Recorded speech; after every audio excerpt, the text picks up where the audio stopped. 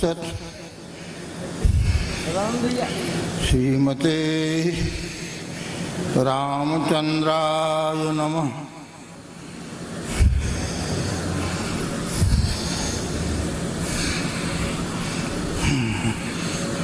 ओम नमः नमो गोभ्यः श्रीमतीभ्यः सौरभेभ्येव च नमो ब्रह्मसुताभ्यश्च पवित्राभ्यो नमो नमः।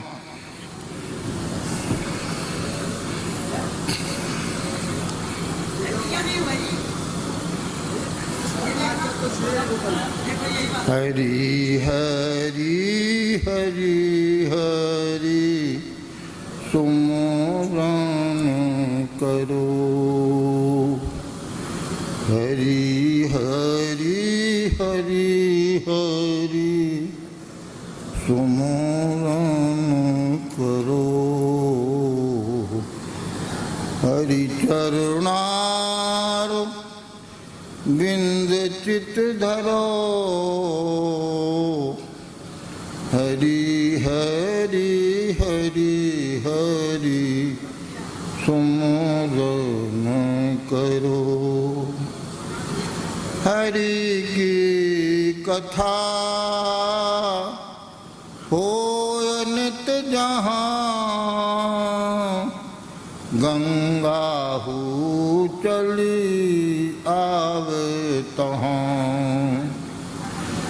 जमुना और सरस्वती आवे।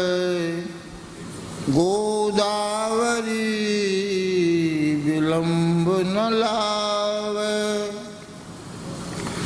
सब तीरथ को बासो तहाँ। सूर हरि कथा होवे जहाँ। हरि हरि हरि हरि सुमरन करो। हरि चरणार बिंद चित धरो। हरि हरि हरि हरि सुमरन करो। नमो गोभ्यः श्रीमतीभ्यः सौरभेभ्येव च नमो ब्रह्मसुताभ्यश्च पवित्राभ्यो नमो नमः। पंचगावः समुत्पन्ना मत्स्यमाने महोदधौ।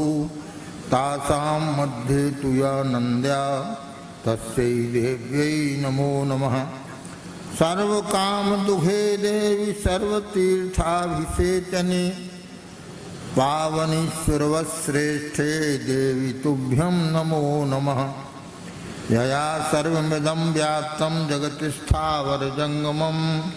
तां धेनुं शिरसा वन्दे भूतभव्यस्य मातरम्।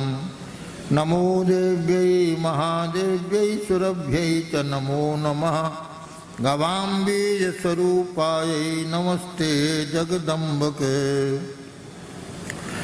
मङ्गलं मङ्गलेभ्योऽपि पावनेभ्योऽपि पावनं। श्रीकृष्णस्यापि यद्दिष्टं धेनुर्मातैव केवलम्। आब्रह्मस्तम्भपर्यन्तं यया सर्वमिदं ततं। तं धेनुं तां धेनुं शिरसा वन्दे धेनुर्मातैव केवलम्। न धेनो परतरं किंचित् न धेनो सदृशं क्वचित्। तुष्टिपुष्टिप्रदं पुण्यं धेनुर्मातैव केवलम्। पंचगव्यामृतं दिव्यं रोगशोकविनाशकं। पयोदधिघृतं हव्यं धेनुर्मातैव केवलम्। अहो धन्यं महापुण्यं धन्याद्धन्यतरो वयं। भारते जन्म यद्लब्धं धेनुर्मातैव केवलम्। भारतीयाः वयं सर्वे धेनु संस्कृतिमूलकः सेवनीया सदा धेनु धेनुर्मातैव केवलम्। अहो दुःखं महादुःखं दुःखात् दुःखतरं यतः मातोपेक्षितास्माभिर्धेनुर्मातैव केवलम्। दीयतां दीयतां कर्णो नीयतां नीयतां वचः दक्षतां सेव्यतां नित्यं धेनुर्मातैव केवलम्। मंगलम मंगलेभ्योऽपि पावनेभ्योऽपि पावनम् श्रीकृष्णस्यापि यद्दृष्टं धेनुर्मातैव केवलम्। लो गौ माता की जय। जय जय गो गोपाल गोप गोपी गोवर्धन नंद जसोदा माई दाऊ गोकुल वृंदावन। जय कीरति वृषभानुराधिका अष्ट सखीगण जय जय यमुना पुलन रास मंडल के मंडन। कामधेनु अभिषेक कर गोविंद पद भूषित किए गो सेवा आदर सहित नारायण गोविंद भय। गो सेवा आदर सहित नारायण गोविंद भय। गो गोपाल गणेश गुरुदत्त चरण सिरनाय गाय भक्त माला लिखूना भा प्रिया मनाय। भक्त भक्ति भगवगन भगवंत गुरु चार श्रवहि पय एक पय को फल नवनीत सम धेनु भक्ति है एक। हरि भक्ति गो भक्ति में गो भक्ति सविशेष हरिहु की अति इष्ट गौ सहज द्रवहि अखिलेश। श्री दत्त शरण आज्ञा दई गो भक्तन को यश गाओ अभिमत फल दातार गौ भवसागर को नाव। गौ माता की जय। राधा रमण हरि गोविंद जय जय। श्री राधा रमण हरि गोविंद जय जय। गोविंद जय जय गोपाल जय जय। गोविंद जय जय गोपाल जय जय। श्री राधा रमण हरि गोविंद जय जय। श्री राधा रमण हरि गोविंद जय जय। श्री राम जय जय रघुनाथ जय जय। श्री राम जय जय रसिकेश जय जय। सीतापति राम रघुनाथ जय जय।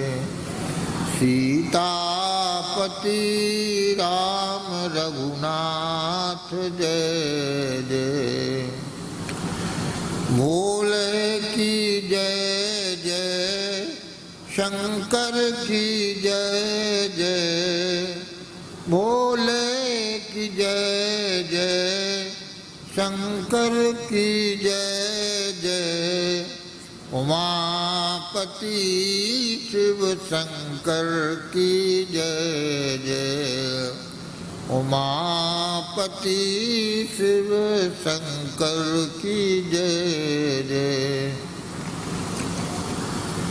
गंगा की जय जय यमुना की जय जय।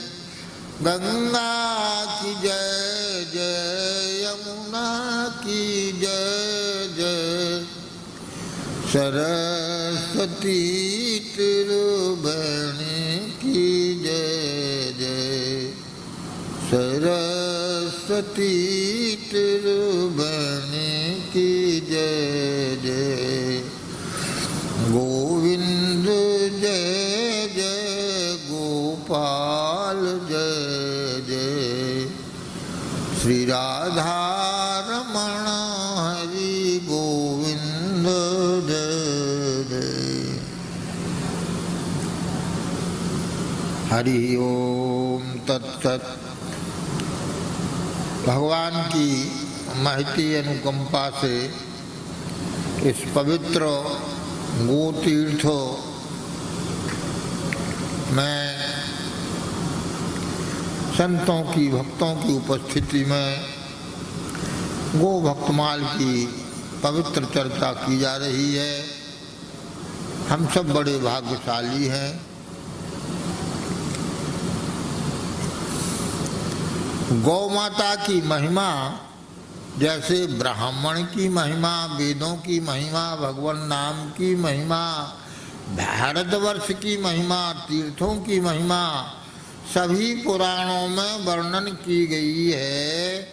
इसी प्रकार से गौ माता की महिमा से हमारे सभी पुराण भरे पड़े हैं।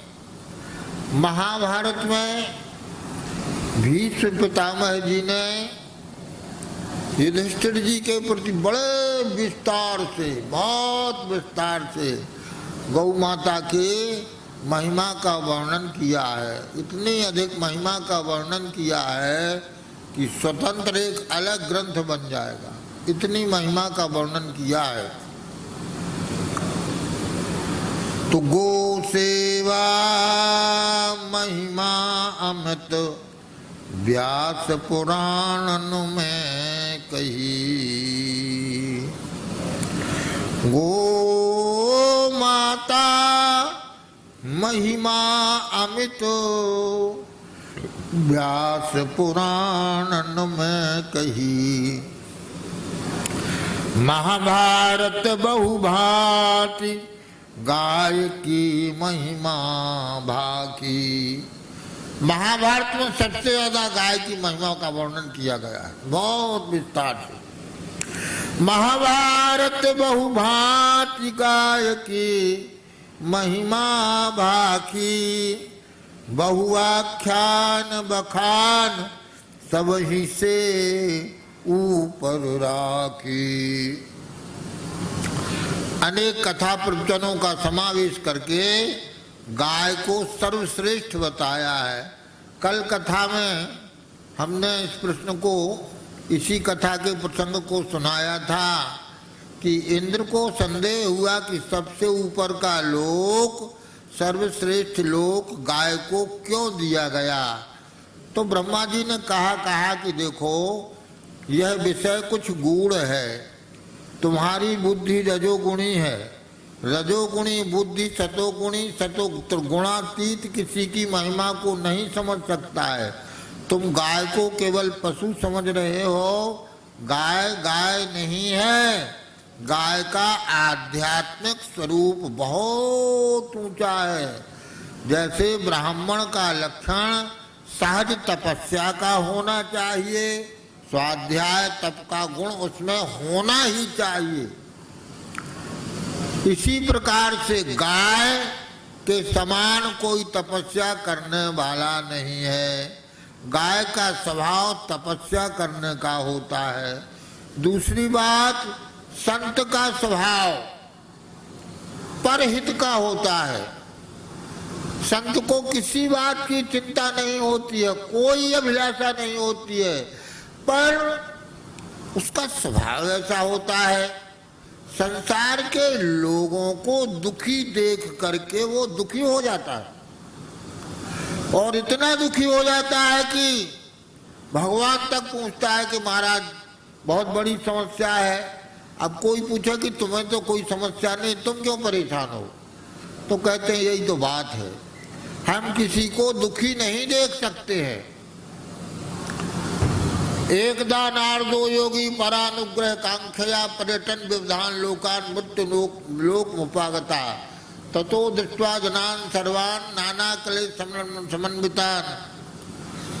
नारद जी ने पृथ्वी पर देखा कि लोग बहुत दुखी हैं, तो विष्णु लोकम गतस्तदा, विष्णु लोक को चले गए। भगवान से कहा कि मृत्युलोक के जना सर्वे नाना क्लेश समन्विता, पृथ्वी पर लोग बड़े दुखी हैं, इनका दुख कैसे दूर हो। 3 युगों में तो आपने अवतार लिया, और जिस युग में आपके भक्तों को ज्यादा जरूरत आपकी उसमें आपने अवतार नहीं लिया। आपका नाम त्रियुगी नारायण है। कलयुग में आपका अवतार होना चाहिए। तब भगवान ने कहा नारद जी तुम ठीक कह रहे हो, तुम्हारे कहने पर हम और युगंते कमल नयन कलयुग बहुत कृपा करी। नारद जी से भगवान ने प्रतिज्ञा की भवस्यति कलऊ सत्यव्रत रूपी सनातनः, सत्यनारायण स्वरूप हमारा पृथ्वी में कलयुग में एक ऐसा अवतार होगा कि जो जहां प्रेम से हमको पुकारेगा तो नाना रूप धरो भूत्वा सर्वेषाम इष्टः प्रदा, नाना रूप धारण करके हम उसके कष्ट को दूर करने को वहां प्रकट हो जाएंगे। नाना रूप धरो भूत्वा, अनेक रूपों में हमारा नित्य अवतार होगा। अब भक्तमाल में कथा आई है कि ब्राह्मण दंपत्ति गोना करा करके ले आ रहे थे, बहू को लेकर के आ रहे थे। पत्नी के शरीर पर आभूषण थे, सुंदरी थी। रास्ते में आ रहे थे तो बदमाश मिल गए। बोले हम भी उसी गांव के पास के हैं, चलो हम साथ चलते हैं। और घने वन में पहुंच करके दुष्ट कर्म कियो अभागे। उन लोगों ने जा रहे थे तो पंडित जी का जो परिचित रास्ता था उससे जा रहे थे। तो उन लोगों ने कहा अरे पंडित जी आप किस रास्ते से जा रहे हैं, हमारे साथ चलिए, हम बहुत सीधा रास्ता ले जाएंगे। थोड़ा जंगल जरूर पड़ता है लेकिन बहुत चक्कर बच जाता है। पंडित जी बड़े होशियार थे, पंडित जी ने तो मना कर दिया। पंडित जी समझ गए कि ये लोग बदमाश हैं। पंडित जी ने मना कर दिया, वो लोग समझ गए कि ये लोग धार्मिक हैं। वैसे तो उनको भगवान से कुछ लेना देना नहीं था, लेकिन फिर उन्होंने कहा अरे पंडित जी क्या आप हमको बदमाश और चोर डाकू चक्की समझ रहे हैं, क्या समझ रहे हैं? हम भगवान की सौगंध खा के कहते हैं, बीच में भगवान को रख रहे हैं। अगर हम आपके साथ धोखा दें तो तुरंत पत्नी ने कहा कि देखो भगवान का नाम दुर्लभ है और ये लोग भी भगवान के भक्त कह रहे हैं कि भगवान हमारे साक्षी हैं, तो चलो। पत्नी में भक्ति अधिक थी, भगवान का नाम सुन करके हट किया, चलो। ब्राह्मण का मन नहीं था पर पत्नी के कहने से चल दिए। घने जंगल में जाकर के उन चारों बदमाशों ने पंडित जी को जान से मार दिया और पत्नी को पकड़ करके खींच करके ले जाने लगे। पतिव्रता बेचारी रोने लग गई, बार बार पीछे देख रही थी। तो उन लोगों ने कहा अब किसको देख रही है, तेरे पति को हमने मार दिया है, अब वो मर गया तो तुम्हारी कोई सहायता कर नहीं सकता। अब तू इस जंगल में कोई दूसरा है नहीं, अब किसको देख रही है? ये लालच भी दिया कि जहां तू जाएगी वहां पर हम लोग बड़े संपन्न हैं, सोने चांदी से लाद देंगे, सुख देंगे, ऐसी बातें करने लगे। तो उस पतिव्रता ने कहा कि हम उन्हें देख रहे हैं जिनको आपने बीच में रखा था। आपने कहा था कि हम अगर कुछ धोखा करें तो हमारे तुम्हारे बीच में भगवान हैं, तो हम उन्हीं को देख रहे हैं। तुरंत भगवान प्रकट हो गए और चारों चोरों को मार दिया और पंडित जी की प्राण संज्ञा धरी, जीवित कर दिया पंडित जी को, और भगवान ने दर्शन दिया। तो अब देखिए ये अवतार भगवान का हो गया और पत्नी के कहने से दुर्लभ जीवन का लाभ साक्षात भगवान का दर्शन हो गया। अनेक कथाएं यही है। सत्य की बड़ी भारी महिमा है। इस पृथ्वी के धारण करने के 4 स्तंभ हैं। उन 4 स्तंभों में 3 स्तंभ कट गए, टूट गए हैं। एक पिलर के ऊपर ये धरती खड़ी है, वो पिलर है सत्य का पिलर है, और सत्य ही इस पृथ्वी का आधार है, और सत्य अंत तक रहता है। सत्य तो सत्य है जिसकी सत्ता सदा बनी रहती है। इस प्रकार से सत्य के महिमा को प्रमाणित करने वाले सत्यदेव भगवान ने यह प्रतिज्ञा की कि भविष्यति कलौ सत्यव्रत रूपी सनातना। सत्यव्रत रूपी सनातन भगवान कलयुग में अवतार लेंगे और सर्वेषां इष्टः प्रदाः, सबकी कामनाओं को पूर्ण करेंगे। भविष्य कलौ सत्यव्रत नाना रूप धरो भूत्वा, अनेक रूपों को धारण करके सबकी कामनाओं को पूर्ण करेंगे। कहा जहाँ कहीं कोई मुसीबत में पड़ जाएगा और वहाँ उसकी सहायता की जाएगी। सत्यदेव का व्रत बड़ा फलदायी होगा। तो नारद जी ने पूछा कि महाराज किम फलम, क्या उसका फल है, कैसी व्रत करने की विधि है, कब उसका मुहूर्त है, कब किस तिथि को किया जाता है, और अब तक किसने किया है उसको क्या फल मिला है, आप विस्तार से कहिए। तब भगवान कहने लगे कि देखो एक ऐसा व्रत है ये कि इसका कोई मुहूर्त नहीं है। जिस दिन हृदय में भगवान के प्रति उत्कट प्रेम जागृत हो जाए उसी दिन सत्यदेव भगवान की कथा का मुहूर्त। सामग्री क्या चाहिए महाराज? तो सामग्री कहने लगे कि देखो सत्यनारायण भगवान की सामग्री, इस कथा को बचवाने वाले सर्वप्रथम जो पंडित जी थे वो भीख मांगते थे, और भिक्षा मांगने से उनको जो मिल गया उसी से उन्होंने सत्यदेव भगवान की कथा बचाई।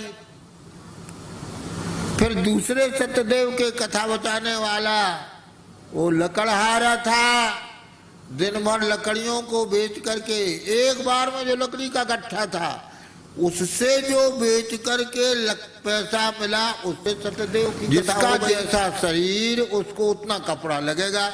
मोटा कपड़ा होगा तो 3 मीटर से भी ज्यादा लग सकता है कुर्ते को, और सामान्य होगा तो 3 मीटर लग जाएगा, और सामान्य होगा तो 2.5 मीटर में भी बन जाएगा, और होगा तो 2 मीटर में भी बन जाएगा। जैसा शरीर होगा इसी तरह से जैसी जिसकी स्थिति है सत्यदेव भगवान की सामग्री उसी अनुसार है। देखो वो राजा कथा बता रहा था संतान के लिए भद्रशिला नदी के किनारे, तो उस व्यापारी ने, साधु नाम के व्यापारी ने देखा अरे तो बड़ा लंबा चौड़ा कार्यक्रम हो रहा है, इतने ब्राह्मण भोजन करने के लिए बैठे हैं, बड़ा भारी खर्चा है, विष्णु सहस्त्र नाम से सहस्रार्चन हो रहा है, सायंकाल तक पूजन होगा, फिर रात में कथा सत्संग होगा, फिर ब्राह्मण भोजन होगा। इतनी बड़ी संख्या में ब्राह्मण बैठे हैं। घबरा गया, हम व्यापारी हैं, हम पूंजी तोड़ बनिया नहीं है, संतान नहीं थी, बोलमा कर दी, पर संतान हो गई, बेटी का जन्म हो गया। पत्नी ने स्मरण दिलाया कि सत्यनारायण की कथा बचा लो, पर उसने कहा कि देखो हम जानते बड़ा खर्चा होता है सत्यनारायण का, दिन भर पूजन होता है, पंचरत्न की जगह पंचरत्न ही लगते हैं, इतना बड़ा भारी विस्तार है उसका, और खर्च हम नहीं कर सकते। जब बेटी का विवाह होगा तो विवाह में लोग निमंत्रित होंगे, उसी निमंत्रण में 10-5 ब्राह्मण भी न्योत लेंगे और तभी सत्यनारायण बचा लेंगे। ये शॉर्टकट का रास्ता निकाला, ज्यादा चतुराई कर दी, अब विवाह के उत्सव में तो भूल ही गया। परिणाम उसका कितना परेशान उसको होना पड़ा। और वो महाराजा थे, उन्होंने प्रसाद की अवज्ञा कर दी। देखो ये सत्यनारायण का व्रत जो है भगवान का, ये प्रसाद वाला व्रत है। इसमें लिखा है कि यह संकल्प किया जाता है कि हम कितना प्रसाद लगाएंगे, जिसकी जितनी सामर्थ्य उतना प्रसाद लगाया जाएगा, और जिसकी जितनी सामर्थ्य उतना उस सत्यनारायण की कथा का विस्तार भी होगा। तो प्रसाद की मात्रा 1.25 सेर, 5.25 सेर, 11 सेर, 51 सेर, 2 मन, 1 मन, ऐसी इसकी मात्रा है। और प्रसाद को बांटने की द्वारा जी प्रसाद को वितरण करने की महिमा है और पाने की महिमा है।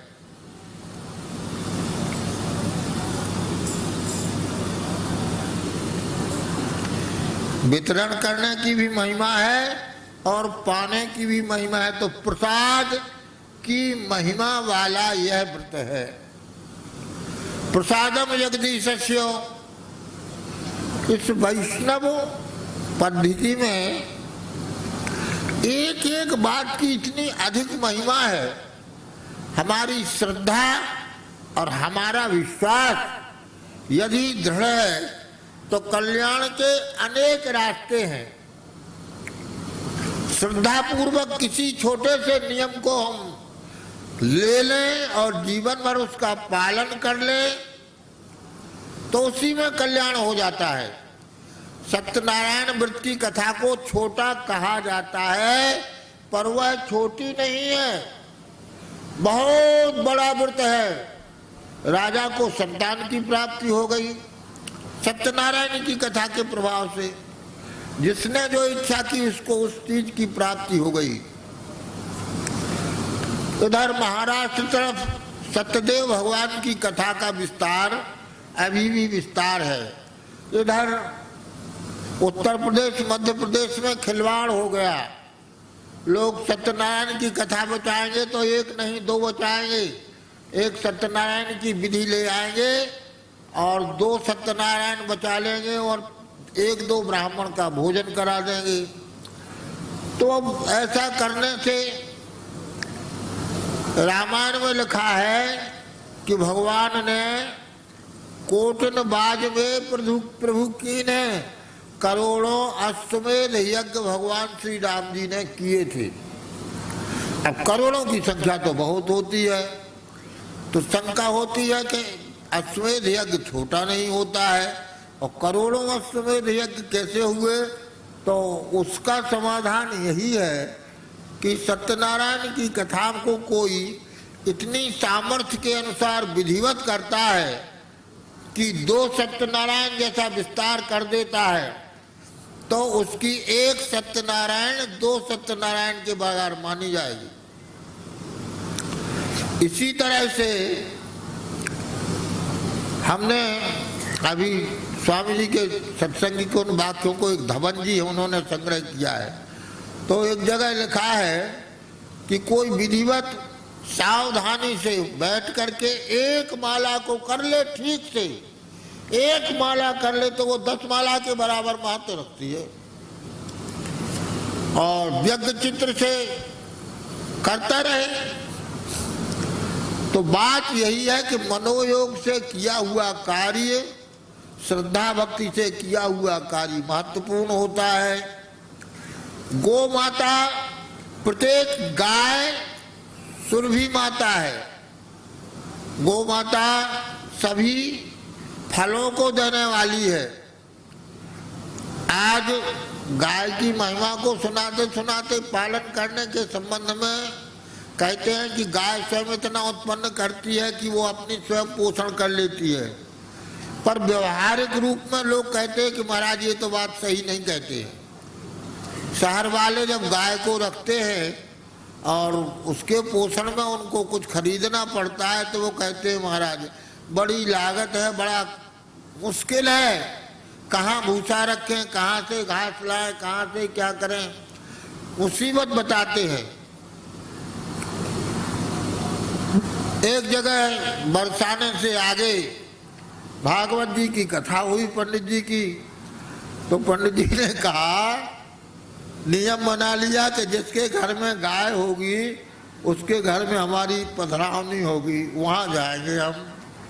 तो गाय तो गरीब लोगों के यहाँ थी, तो पंडित जी 3-4 गरीब लोगों के यहाँ गए, और आयोजन को करवाने वाला जो सरपंच था, जो मुख्य भूमिका जिसकी थी, उसके यहाँ भैंसें थी।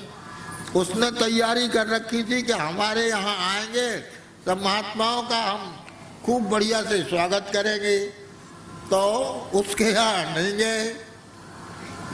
भागवत जी पूरी हो गई तो पीछे उसको बोलने को कहा गया, तो वो कहने लगा, अरे महाराज कथा तो नहीं कहे हैं, पर भैंसन के पाछे पड़े रहो, भैंसन के पाछे पड़ो रहो, और गरीबन के तो जिनके गैया रही तो उनके तो गौ मेरे घर नहीं आओ, मैं तो तैयारी करें बैठो रहो, भैंसन के पाछे पड़ो रहो। तो भैंस का पालन केवल आर्थिक लाभ की बात है। हमारे कहने का तात्पर्य यह है कि गो पालन से क्या मिलता है, यह आध्यात्मिक विषय है। गाय केवल दूध देने वाला पशु नहीं है, गाय तो आपका परम कल्याण करने वाला पशु है, पूजनीय पशु है। कोई कहे कि ये बड़ा बूढ़ा बाप हो गया, अब इसकी सेवा करने में हम टाइम थोड़ी खराब करेंगे, टाइम खराब नहीं करेंगे, नौकर रख देंगे, डॉक्टर रख देंगे, हमारे पास टाइम है कहाँ। तो ये मूर्खता मानी जाएगी। वृद्ध माता पिता भगवान का स्वरूप हैं, तो धर्म अर्थ काम मोक्ष, धर्म को पहले कहा गया है, धर्म सम्मत ही अर्थ और धर्म सम्मत ही काम, इनकी प्रतिष्ठा है। ऊर्ध्व बाहुर ब्राह्म्यसो न च कश्चित् शृणोति माम धर्मादर्थश्च कामश्च तद्धर्मा किम न सेवित। धर्म सम्मत अर्थ और काम, आज लोग हमारे धार्मिक व्यवस्थाओं को, नियमों को, वर्ण व्यवस्था को, आश्रम व्यवस्था को नहीं समझ पा रहे हैं। उसका कारण यही है कि हमारी बुद्धि अर्थ प्रधान है। विद्या अमृतमश्नुते, विद्या से अमृतत्व की प्राप्ति होती है, वेद का वाक्य है। पर आज जो विद्या पढ़ाई जा रही है, अभी छोटे छोटे बच्चे होश नहीं संभाला, थोड़ा बड़े हुए कि पीठ पर बड़ा बस्ता लाद दिया और सर्कस कैसे घोड़े बंद कर दिया। कॉन्वेंट स्कूल में ये क्या उसको कहते हैं, इसमें हो गया, और बच्चे आएंगे तो where is your nose, where is your ear, where was, बस ये सिखाएंगे। और ये तैयारी है डॉक्टर इंजीनियर यही बनाने की।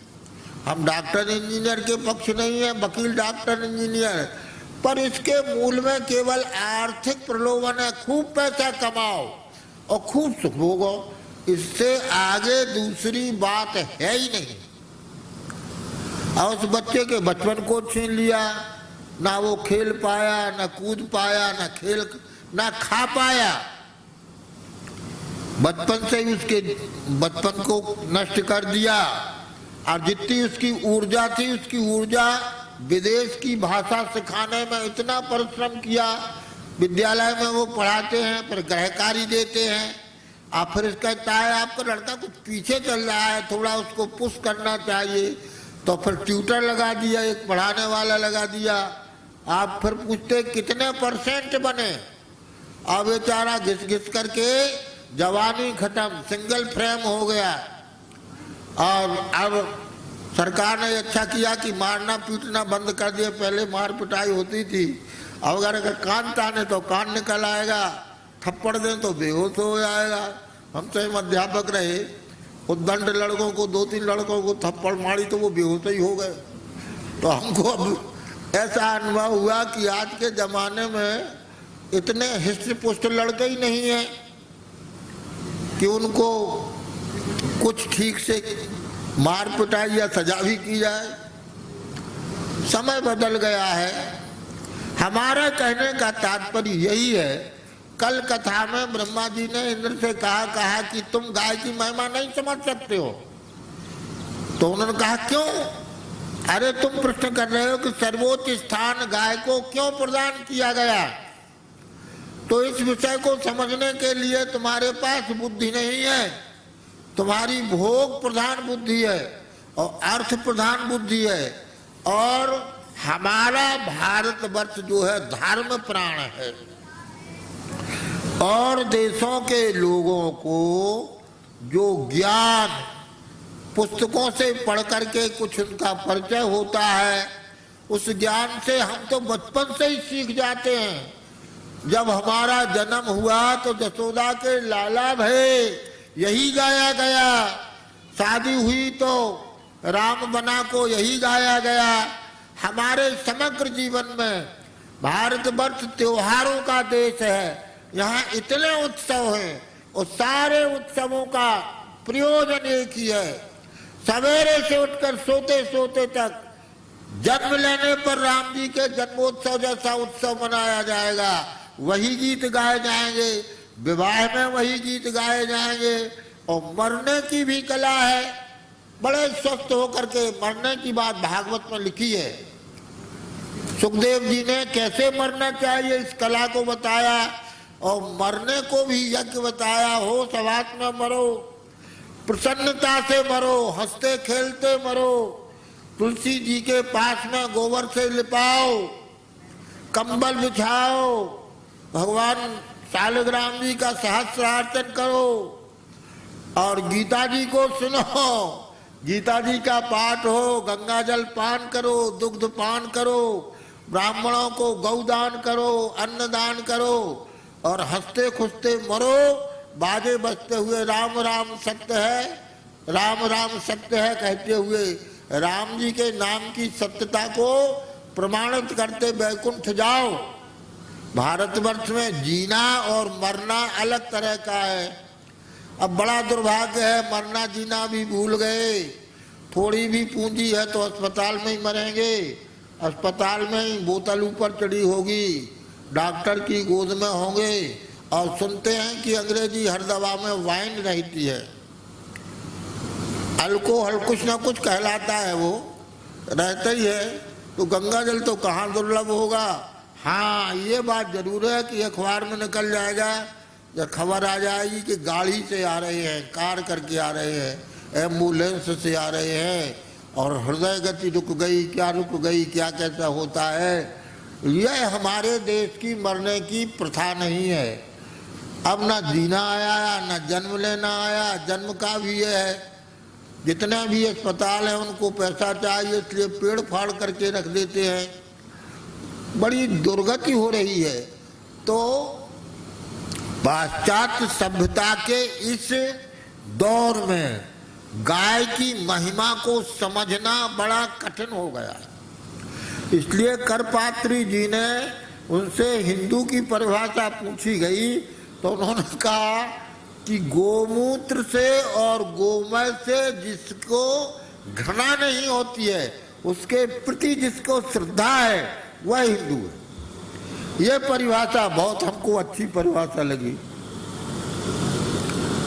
आज कथा में पंडित जी कह रहे थे कि चैतन्य महाप्रभु जी ने कहा कि जिसके दर्शन करने से हमें भगवान की स्मृति आ जाए वही वैष्णव है। आज कहा या कल ये सुना था, जिसका दर्शन करने से भगवत स्मृति जागृत हो जाए, जिसके स्वरूप को देख करके हमारा हृदय आह्लादित हो जाए, हम प्रसन्न हो जाए, तो यही बात है। गौ माता है, जगत की माता है, हमारे घर की गृह स्वामिनी है, हमारे घर को अभीष्ट देने वाली है, हमारे घर की शोभा है।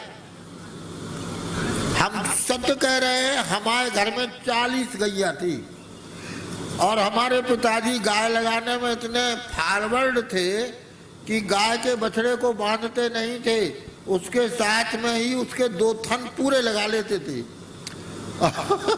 इतने मजबूत थे, शरीर इतना था कि 96 वर्ष की आयु तक उन्होंने किसी से कोई सेवा नहीं ली, स्वस्थ ही रहे। एक दुबे जी थे, दुबे जी से थोड़ा किसी बात से उनने अपमान कर दिया तो उनके यहाँ जाते नहीं थे। तो हमसे कहने लगे कि हम जा रहे हैं वहाँ। हम कि क्यों जा रहे हो? 90 से ऊपर उनकी आयु थी। तो कहने लग गए कि किसी से बैर लेकर के मरना अच्छा नहीं। हमने किसी से बैर नहीं लिया और हम इस बात से नाराज होकर उनके यहाँ नहीं गए तो मरने के पहले बैठाएंगे, एक गिलास पानी पियाएंगे, चाय तो हम पीते नहीं। ये सब बातें पुराने लोगों की बातें कितने महत्व की बातें थीं। और हमारे पिताजी को दूध मिल गया अगर तो चाहे तरह की कितने तरह की सब्जी वब्जी कुछ बना हो, दूध से प्रिय उन्हें कुछ नहीं लगता था। तो गाय में ही हमारा देश था। आदि से जन्म से लेकर के मरण पर्यंत विवाह में गाय गाय गाय गाय की महिमा थी। गाय से हमारा संबंध जीवन जुड़ा हुआ था। गौदान किया जाता था। पाश्चात्य सभ्यता संस्कृति ने हमारे देश का संविधान तो बना, पर ऐसे बना, बाजार में दो तरह की फिराकें मिलती हैं। एक तो ठेले पर मिलती है कटपीस की बनी हुई फिराक। वो कटपीस के कई तरह के टुकड़ों से इतनी डिजाइनदार बढ़िया होती है, जोरदार, कि इसको देख के लगता है कि अरे इतनी सस्ती इतनी बढ़िया ये फिराक है। पर ना तो उसकी सिलाई अच्छी होती है और कपड़े तो कटपीस के होते हैं। वो 50 में आ जाती है, 50 रुपए में आ जाएगी, 100 में आ जाएगी। और आप रेडीमेड की फ्रेश फिराक लेने जाओ तब फिर वो 150 से 200 रुपए की आएगी, 250 रुपए की आएगी। हमारा संविधान इस तरह से टुकड़ों टुकड़ों से इसका लूचा, इसका लूचा, इसका लूचा, इसका लूचा। मुख्य हमारी भारतीय संस्कृति थी जो फाउंडेशन होना चाहिए, जिसके ऊपर हमारे संविधान का महल बनना चाहिए था, उसकी उपेक्षा की गई। इस संविधान से इतना लिया, इस संविधान से इतना लिया, इस संविधान से ऐसा करते करते करते करते मौलिक संविधान नहीं है। हमारा संविधान मौलिक नहीं है। इधर उधर से टुकड़ों को जोड़ करके कटपीस जैसा बनाया गया। और अब विद्यालय में प्रश्न आता है भारतीय संविधान की विशेषताएं लिखो। अब विशेषताएं क्या है? कटपीस जो टुकड़ों की है उसमें तो 25 तरह के टुकड़े हैं। उन टुकड़ों के 25 नंबर लिख दो कि इस रंग का भी, इस रंग का भी, इस रंग का भी है। वो कोई खासियत नहीं है। सबसे बड़ी खासियत है मौलिकता। हमारा भारतीय संविधान धर्म प्राण भारत में हमारे महाराज जी को एक बार यहाँ पर बुलाया गया था। वल्लभाचार्य की पंचशती मनाई गई थी, सूर्य पंचशती। तो वल्लभाचार्य जी के कुल का कुछ इस तरह से वल्लभ कुल की चर्चा थी, सूरदास जी की चर्चा थी। रेडियो पर उसको प्रकाशन होना था, प्रसारित होना था। तो हमारे महाराज जी गए, आमंत्रित किया गया। तो पहले वो टैप करते हैं, तो टैप करने में महाराज जी बोलने लगे। तो महाराज जी ने सहज में कहा कि धर्म प्राण भारतवर्ष। तो तुरंत उसने बटन दबा दिया और कहा महाराज आपका यह बात हम नहीं कह सकेंगे, आकाशवाणी से प्रकाशित नहीं हो सकता। तो महाराज जी ने कहा कि इतने बड़े सत्य को आप भारतवर्ष में प्रकाशित नहीं कर सकते, तब आकाशवाणी से हम कुछ नहीं बोल सकते। इसके बाद भक्तमाली जी फिर आकाशवाणी पर नहीं गए। तो धर्म से ऐसे डरते हैं जिस तरह से कि कोई वैष्णव प्याज से डरते हैं। वैष्णव लोग जैसे प्याज के प्रति घृणा करते हैं, ऐसे धर्म से डरते, जबकि धर्म के बिना कुछ है ही नहीं। और भगवान की कृपा से आज समय बदला है। भगवान ऐसी सद्बुद्धि दें कि गौ माता का भी संरक्षण पूरा माना जाए। आप विचार कीजिए, भारत जैसे देश में गोवध को शास्त्रीय संरक्षण मिला। पंचवर्षीय विकास की योजनाओं में कट्टी खाना खोला गया और लोगों को समझाया गया कि गोमांस के द्वारा विदेश से हम पैसा कमाएंगे, फिर भारत की उन्नति करेंगे।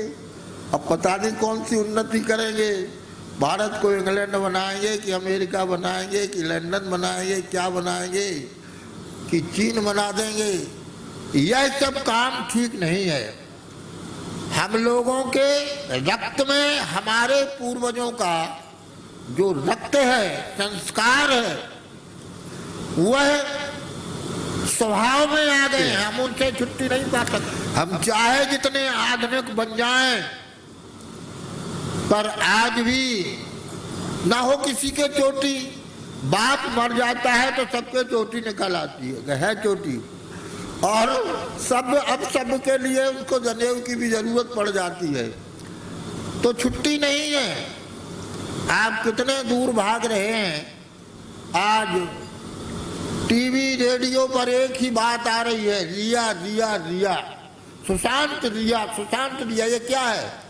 ये हमारी शिक्षा का परिपाक है। ये व्यभिचार के ये सारे समाचार, यह सब क्यों हो रहा है?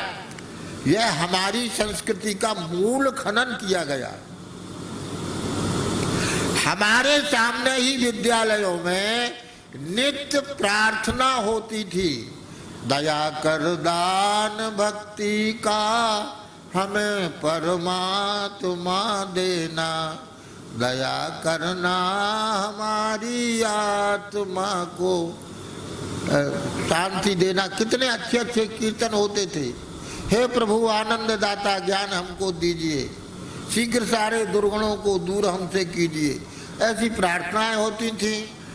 पाठ्य पुस्तकों में रामायण के खूब भाग थे, मीरा की पदावली थी, सूरदास की पदावली थी। अब सब हट गए हैं। अब कैसी कविताएं हैं, हम आगे बढ़ते जाएंगे, हम आगे बढ़ते जाएंगे, जात पात की तोड़ दबा लें, आगे बढ़ते जाएंगे, हम आगे बढ़ते जाएंगे। न जाने कहाँ आगे बढ़ रहे हैं। मोटरसाइकिल से इतनी तेजी से दौड़ धूप मची है, कहाँ जा रहे हैं? नरक में जा रहे हैं, मौत की मुंह में जा रहे दौड़ते। इतनी जल्दी सबको है। स्टैंडर्ड मेंटेन करना चाहते हैं, देहातों से भाग रहे हैं, सात्विक जीवन को त्याग करके रजोगुण जीवन जीने के लिए हैं।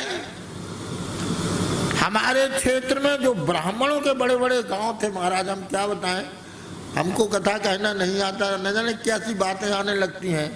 एक जेरोन ब्राह्मण ब्राह्मणों का था, एक तालबेट ब्राह्मणों का था। तो हम अपनी कह रहे हैं, हमारी बेटी का संबंध तय हो गया। तो लोगों ने कहा कि जेरोन में, उस गांव में तो कोई ब्राह्मण ऐसा नहीं जो शराब न पीता हो।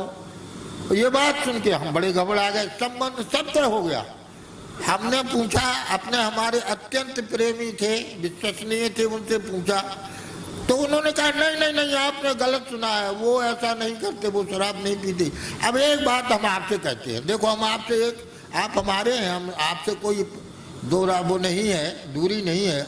हम आपसे कह रहे हैं कि जैसे शादी विवाह है तो इसमें तो चलता है, देखो सभी पीते, इसमें तो चलता है। जैसे कि दोस्तों की पार्टी हो रही है तो भाई इसमें तो चलता है, इसको तो हम कह सकते हैं। तो हमने कहा कि आप कैसी बात कहते हैं? हम कहा कि एक बार चलती है तो वो तो चलेगी। बोले तो इस बात को आप देखो, आज तो समय ऐसा आ गया है, देखो हम भी सोसाइटी में हमको जीना है, देश काल परिस्थिति को हमको भी देखना है। और उन्होंने प्रमाणित कर दिया। अंत में हमने कहा कि नहीं, किसी स्थिति में हमको संबंध यहाँ नहीं करना है। भगवान कृपा करें, हमको तो सात्विक परिवार में, निर्धन गरीब परिवार में करना है। कहने का तात्पर्य कि सार्वभौम सिद्धांत हो गया। अब वो कह रहे हैं कि भाई इसमें तो हम नहीं, भाई सोसाइटी में तो चलता है, शादी विवाह में तो चलता ही है, कोई नहीं है भाई उसमें क्या होता है। तो अब ये सब बातें ऐसी हैं। इस भारतवर्ष में जन्म लेने वाले लोग इस भारतवर्ष के सौभाग्य को भूल गए हैं, गीता को भूल गए हैं, गंगा को भूल गए हैं, गायत्री को भूल गए हैं, सदाचार को भूल गए हैं। आप जितने पढ़े लिखे होंगे आपके संस्कार उतने ही गए बीते होंगे। अगर आप बीए पास हैं तो 7-8 बजे के पहले उठ नहीं सकते हैं, पढ़े लिखे हैं तो। हाँ, आप संस्कृत विद्यालय में पढ़े होंगे तो जरूर अंधेरे में उठ जाएंगे, या बिना पढ़े लिखे होंगे तो भी यही बात कन्याओं की भी है। बिना पढ़ी लिखी बेटियां थी तो घर में वो सदाचार का, शौचाचार का पूरा पालन करती थी। अब 24 घंटे चॉकलेट खाने वाली लड़की भोजन बनाती है तो चाय सबको देना है तो पहले चाय टेस्ट करेगी, नमक ठीक पड़ा कि नहीं। सब्जी बन रही पहले टेस्ट करेगी, नमक कम तो नहीं है, ज़्यादा कोई कुछ कहे नहीं, फिर डालेगी। भोजन करने वालों को भी सब इकट्ठा रख दिया जाएगा जैसे सानी रख दी जाती है, और बफर वफर क्या कहलाता है जिस तरह से सब। तो कहने का तात्पर्य यह है कि ब्रह्मा जी ने इंद्र से कहा कि आज तुम रजोगुणी बुद्धि से गाय की महिमा नहीं समझ सकते हो। भारतीय संस्कृति की बात, गीता की बात, महापुरुषों की बात, एक एक बात, युक्ताहार विहारस्य युक्त चेष्टस्य कर्मसु युक्त स्वप्नावबोधश्च योगो भवति दुःखः उद्धरेदात्मैव आत्मानं नात्मानं अवसादेत्। किसी एक बात को ठीक से सुन लिया जाए, एक किसी छोटी सी बात को, तो हमारा जीवन सौभाग्यपूर्ण जीवन बन जाए। हमको अस्पताल में डॉक्टरों की गोद में न रहना पड़े, हम चिरजीवी हो जाए, हम स्वस्थ हो जाए, हम अपने स्वधर्म के पालन की योग्यता पूर्ण हो जाए। स्वधर्म की जहाँ तक बात की गई है, अब दुनिया भर सब बनिया हो गए, सब एक जात बची है, कोई दूसरी जात नहीं। छोटे से गांव में देखो तो जहाँ सटर सटर दुकान दुकान दुकान सटर, सबको कमाई करना है, सबको अर्थ प्रदान। यह दुर्भाग्य है। इसकी बात तो यह हमको यह कहने के लिए कहना पड़ा कि ब्रह्मा जी ने इंद्र से कहा कि तुम रजोगुणी बुद्धि से गौ माता की महिमा को नहीं समझ सकते हो। इसी प्रकार से अर्थ के आधार पर तुम गौ माता के पालन की बात कहोगे तो समझ में कम आएगी। वेद में लिखा है गोसु दत्तम न नश्यति, गाय के निमित्त दिया हुआ नष्ट नहीं होता, वो अनेक रूपों में तुम्हारे आगे आएगा। ये वेद का बात है, कोई सामान्य बात नहीं है। यया व्याप्तमिदं सर्वं जगत स्थावर जंगमम, जगत स्थावर जंगम जिसकी महिमा से व्याप्त है, तो गौ माता कोई सामान्य नहीं है, भगवान का ही स्वरूप है। इस बात को हमको तब तक हम नहीं समझ पाएंगे जब तक महापुरुषों के प्रति हमारी श्रद्धा नहीं होगी, हमारी भक्ति नहीं होगी।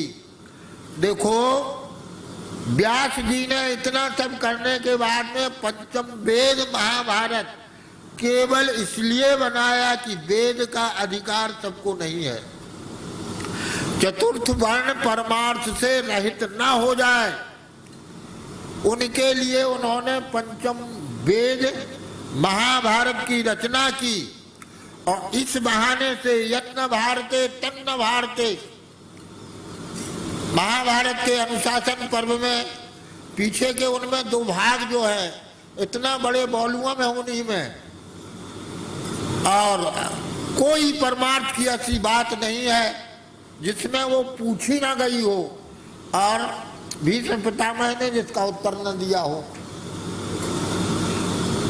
उसमें प्रश्न पूछा गया कि यदि शूद्र बहुत योग्य है तो उसको वेद क्यों नहीं पढ़ना चाहिए, तो उत्तर दिया कि शूद्र यदि उसके सत्संस्कार नहीं है, बुद्धि के बल पर वेद पढ़ जाएगा तो जैसे बैरिस्टर वकील लोग गलत केसों को जिता देते हैं, असत्य की प्रतिष्ठा कर देते हैं, इसी तरह से वह शूद्र मनमाना आचरण करेगा और शास्त्र प्रमाणित करके कह देगा कि नहीं ये ठीक है। आप विचार कीजिए, गीता के प्रारंभ में अर्जुन ने कुछ गलत नहीं कहा। अर्जुन की बात को सुनकर के हमको बीच में ऐसे लगता है कि ठाकुर जी को धन्यवाद देना चाहिए, बड़े तुम संतोषी हो, और युद्ध के परिणाम कितने भयंकर होते हैं, वर्ण संकरता आ जाती है, और वे बड़े बूढ़े हमारे हैं और इनका आदर, गुरुजनों का आदर करना चाहिए, जिनकी गोद में हम खेले हैं, जिनकी वजह से हम योग्य बने हैं, यह उनकी गुरु भक्ति, धन्यवाद, वाह। और ये हमारे भाई हैं, और हम अगर जीत भी जाएंगे तो बिना इनके हमको क्या सुख मिलेगा। बहुत अच्छी अच्छी बातें कहीं, पर भगवान ने उनकी सारी दलीलों को एक बार में कहा कि यह तुम्हारी जितनी बातें हैं यह बिल्कुल महत्व नहीं रखती हैं। अगर यह बात थी तो इसके पहले जो युद्ध हुआ उसमें तुमने सभी इन महापुरुषों को और अपने बाणों से व्यथित कर दिया। उस समय तुमने यह विचार क्यों नहीं किया? आज तुम्हारा यह विचार केवल इसको लेकर के ये हमारे हैं, ये पराये हैं अथवा मर जाएंगे। तो देखो, मुख्य जो सिद्धांत है जिस पर यह भारतीय संस्कृति की का बहुमंजिला महल बना हुआ है, उसके मूल सिद्धांतों की उपेक्षा करके हम चतुरता से दुनिया की बातें कहेंगे, उनका कोई महत्व नहीं है। वो तो ऐसे हैं कि छुट्टे छुट्टे नोट हैं। और मूल हमारे धर्म की बात है। हमारे धर्म का सिद्धांत आध्यात्मवाद यहीं से प्रारंभ होता है, अध्यात्म से प्रारंभ होता है। सबके मूल में भगवान है, भगवान ही हैं। हम भगवान के हैं, भगवान हमारे हैं और भगवान की आज्ञा के अनुसार ही मरने जीने की बात को हमें नहीं विचार करना चाहिए। हमारे ऊपर जो संसद है, विचार करने की बुद्धि है, जिससे सारा शरीर कार्य करता है, ये कार्यपालिका है और ये संसद है। तो यह जो कानून बनाएगी शरीर को, उसको पालन करना पड़ेगा। तो इसलिए हमको पहले स्थित प्रज्ञ होना चाहिए। हमारी बुद्धि स्थिर होगी तब हम कुछ समझ पाएंगे। भगवान कहते हैं जब तक तुम्हारी इस कीचड़ में से बुद्धि नहीं निकल जाएगी, कामनाओं के कीचड़ में से बुद्धि नहीं निकल जाएगी, मरने जीने का प्रश्न ये समाप्त नहीं हो जाएगा। भगवान ने सनातन धर्म के मूल सिद्धांतों की उपेक्षा करते हुए देखते और अपनी बात को जमाने के लिए सिद्ध करते हुए, जैसे कोई न्यायाधीश था, जीवन भर तो वो फांसी की सजा बोलता रहा। एक बार अपराध में उसका लड़का आ गया तो उस दिन वो भाषण देने लगा कि भाई अपराध तो सबसे होता है पर सुधार का मौका दिया जाना चाहिए, फांसी की सजा ठीक नहीं है। तो किसी ने कहा कि बात तो आपकी अच्छी है पर इसके पहले आपने इतनी फांसियां दी, उस समय आपने ये नहीं विचारा। आज आप इस बात का विचार कर रहे हैं, यह आपका विचार केवल अपने लड़के को बचाने के लिए है। एकदम सत्य है। हमारे धार्मिक सिद्धांतों का आज दुरुपयोग ही हो रहा है। ईमानदारी से कोई कथा नहीं कह रहा है, जैसे करपात्री जी कहते थे या जैसे स्वामी जी कहते थे या और उस तरह के लोग कहते थे। दो दो चार ही कहते थे, दो दो न तीन कहते थे न पांच कहते थे। इस पवित्र आसन पर बैठ करके सनातन धर्म की सच्ची सच्ची बात को कहते थे, उसको हमको कहना चाहिए। तो इसमें यह कहा गया है कि गाय की महिमा सभी पुराणों में, पंचम वेद महाभारत में और प्रश्नों को, कितने प्रश्नों को विवाह के संबंध में भी हमने महाभारत को उस भाग को पढ़ा तो हमने वास्तव में यन्न भारते तन्न भारते, जो महाभारत में नहीं है वो कहीं नहीं है। ये बात एकदम सत्य है और उसका सार सर्वस्व गीता है। पार्थो वत्स सुधीर भोक्ता दुग्धम गीतामृतम महत्। हमारा दुर्भाग्य है विद्यालय में हमको इन सब सिद्धांतों से परिचित कराया जाना चाहिए। प्रारंभिक कक्षाओं से भी भगवान कृपा करें ये शिक्षा नीति में जो सुधार हो रहा है उसमें इस बात का महत्व दिया जाए। संस्कृत को मृत भाषा न कहा जाए। संस्कृत तो सभी भाषाओं की जननी है। भारतीय भाषाओं की जननी संस्कृत ही है। तो गो सेवा महिमा अमित व्यास पुराणन में कही, महाभारत बहुभांति गाय की महिमा भाखी। बहु आख्यान बखान सबही से ऊपर राखी। सबसे ऊपर का लोक गौ माता को क्यों मिला? तो उसके संबंध में कहा गया कि अदिति माता के साथ गाय माता ने भी तपस्या की। 11,000 वर्ष अदिति ने तपस्या की और गाय माता तो और पीछे तक लगी रही। तो भगवान ने पूछा कि आप तपस्या क्यों कर रही हैं? तो उन्होंने कहा कि हमारी कोई कामना नहीं है, आपकी प्रसन्नता, आपने दर्शन दे दिया, हम कृतार्थ हो गए। इस बात पर भगवान ने कहा कि जिसके हृदय में कोई कामना नहीं है उसने तो हमको जीत लिया। आपका यह विचार सर्वोपरि विचार, इसलिए सभी लोगों से ऊपर आपका लोक होगा। तो बहुआख्यान बखान सबही से ऊपर राखी। ब्रह्मा विष्णु शिव पद्म भविष्य गरुड़ विस्तारा। ब्रह्म वैवर्त स्कंद अग्नि मार्कंडे उदारा। पाराशर देविहारी तक विष्णु धर्मोत्तर में कही। गो सेवा महिमा अमित व्यास पुराणन में कही। वेद व्यास जी ने अपने पूरे साहित्य में, महाभारत में, ब्रह्मसूत्र में और अष्टादश पुराणों में, उप पुराणों में, स्मृतियों में, सब जगह गाय की महिमा का वर्णन किया है। सबका नाम लिया, ब्रह्म पुराण, विष्णु पुराण, शिव पुराण, पद्म पुराण, भविष्य पुराण, गरुड़ पुराण, ब्रह्म वैवर्त पुराण, स्कंद पुराण, अग्नि पुराण, मार्कंडेय पुराण, पाराशर स्मृति, हारी तक स्मृति, विष्णु धर्मोत्तर पुराण और इसके अतिरिक्त और जितना साहित्य है सभी में गाय की महिमा का विस्तार से वर्णन किया गया है। अति समृद्ध वेद भारत और पुराणन में गाय सेवा विधि महिमा बहु विस्तारे हैं। महामुनि पराशर कृषि संग्रह गीत रचो। महाभारत भीष्म जी युधिष्ठिर प्रति गाये हैं। श्री व्यासदेव जी के पिताजी पराशर जी थे, तो पराशर जी ने कृषि संग्रह ग्रंथ लिखा। बहुत बड़ा ग्रंथ है, इतनी बढ़िया बढ़िया बातें उसमें लिखी हैं।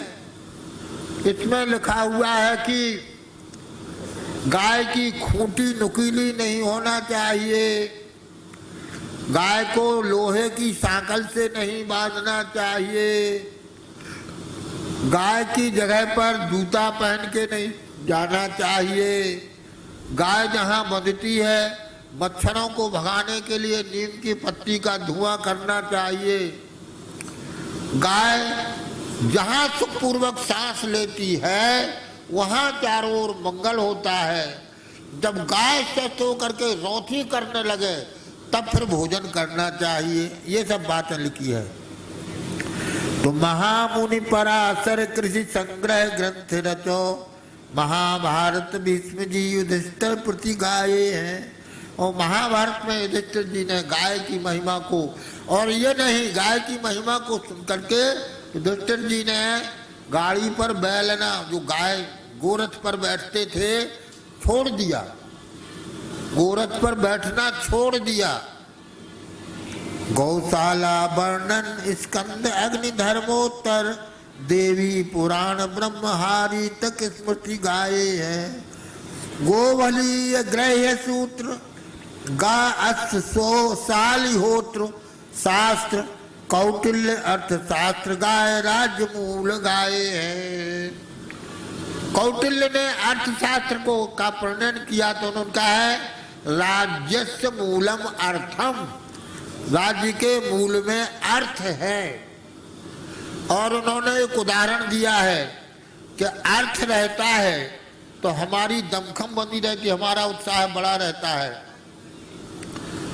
एक दृष्टांत को भी इसमें टीका में लिखा है कि एक सन्यासी थे वृद्ध, और एक नया सन्यासी था, कुटिया बना करके रहते थे। तो छोटा सन्यासी जहाँ से भिक्षा मांग के लाता था, तो एक बड़ा मोटा तगड़ा चूहा था, उसकी भिक्षा पात्र तक उछल कूद करके और बड़ा नुकसान करता था। तो वृद्ध सन्यासी सत्संग करने के लिए आया, कृपा करके सत्संग के बातों को बता रहा था। तो बीच बीच में वो नया सन्यासी एक फटा डंडा फट फट फट फट करता। तो बूढ़े सन्यासी ने कहा ये क्या करते हो तुम, सत्संग के बीच में फटाफट फटाफट क्या मचाते हो। तो उसने कहा क्या बताया महाराजा, ये चूल्हा है महाराज, चूहा। ये चूहा इतना परेशान करता है कि हम इसकी वजह से बड़े कहीं कहीं हम प्राण दें अपना भिक्षा पात्र, वहां तक उछल कूद करके ये नुकसान करता है।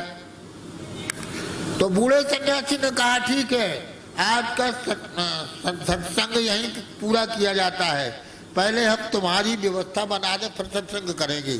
तो उसने जा करके देखा कि इसका बिल कहाँ है। बिल खोदा तो उसमें बहुत सा संग्रह निकला अन्न का, वो सब उन्होंने फेंकवा दिया और चूहे से कुछ नहीं कहा और कहा बैठ के सत्संग करो। तो वो कहने लगा महाराज वो चूहा तो वो बैठा है, भाई हम तो मारते नहीं कि कैसे हल्ला हत्या करें। बोले चूहा तो वही है पर देखो। तो उसने देखा कि वो धीरे धीरे धीरे धीरे चलता था और जो हाथ भर ऊपर तक उछल कूद करके पहुंचता था, वो 4 अंगुल भी ना उछल पाए। तो नए सन्यासी से ने पूछा कि अब ये उछल क्यों नहीं पा रहा है। बोले अब तक इसके पास जो ट्रेजर था, जो संग्रह था, धन था, तो इसका दिमाग काम करता था, शरीर काम करता था। किसी को जड़ से खत्म करना है तो अर्थ से कमजोर कर दो। तो राज्यस्य मूलम अर्थम, राज्य का मूल अर्थ है, इसलिए उन्होंने अपने राजनीति शास्त्र का नाम ही अर्थशास्त्र रखा और पूरा वर्णन उसमें राज्य का है।